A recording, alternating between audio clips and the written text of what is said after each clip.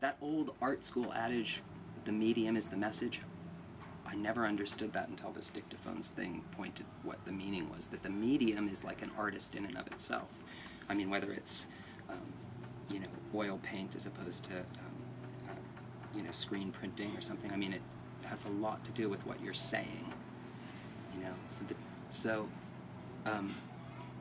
If you choose your medium first, you can use it to shine light on things. You can use it for contrast. Like if you have some far-out space lyrics, you may not want to go the Muse direction and augment your space lyrics with space sounds. You might want to augment your space lyrics with a collage contrast of like field recordings, you know, or contrast. Some contrast there. I'm very interested in that contrast. And those recordings, though, do have a cowboy inflection because I grew up on a ranch and I made a shift from being a very cockeyed producer, like a bad producer, to being a songwriter. And when I was doing that, the first things that came out were these cowboy songs because that was where I first learned anything about songs. Was this hired hand that worked on the ranch named Dave King was a guitarist, and he'd play Hank Williams songs after work. And that was my first music, Hank Williams and all that stuff, because that's all people, now they're listening to Slipknot, as I often like to point out. But I mean, back then Utah was still country and people listened to Hank Williams and that, so obviously you go with what you were. Right now, for this next collection of songs, I want to investigate all that hippie shit in Berkeley and Grateful Dead-y teenager stuff I grew up with, and that's more far out, more long 6-minute songs. And yeah, but the first thing I was assessing was that age from 1 to 13 or so, when I was have those memories of what it was like to be on a ranch, and that's the kind of music that I was, obviously, I love those Hank Williams songs. And my mom hated the ranch she grew up on, and so she would be sitting around the kitchen in our house in Berkeley when we were there, singing Hank Williams songs, but if you pointed out to her that they were Hank Williams, she would say, no, it's not, that's an old classic. Hank Williams is trash. You know, to her, she was so anxious to escape all of the stuff that she'd gotten away from in getting off that ranch, that Hank Williams was emblematic of all the things that she thought were tacky in life and to be escaped from. But she would sing them while she was doing her dishes. She couldn't help it. And I'd say, Mom, that's a Hank Williams song.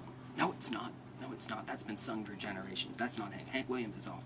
But, you know, that was her attitude. But I fell in love with Hank Williams stuff and definitely used it as a... What was the kind of next stage of your musical development? Grateful. Oh, well, Aerosmith. Okay.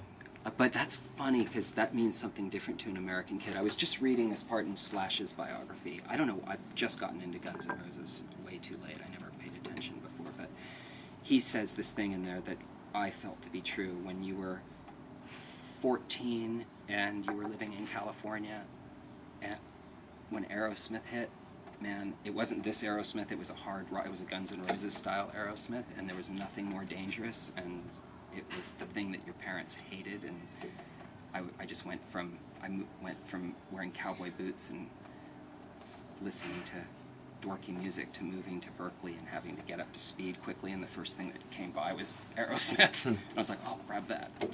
I really love Aerosmith's for that reason, but it was the Grateful Dead was probably next, really, as far as... Do you ever get into the Dead? A little bit. A little bit. Yeah. I love Jerry's guitar playing and how they reinterpreted that American landscape, because I know there was Graham Parsons and things, and I know that English people don't really know this, but the Dead were the band that was alternative before there was alternative. They got their start playing Ken Kesey's Acid Tests, and so going to those shows was about the audience, which I'm really interested in. I don't think you go to a show to... The real fun part of a show is the audience. I mean, usually the band's just up on stage and not actually that entertaining.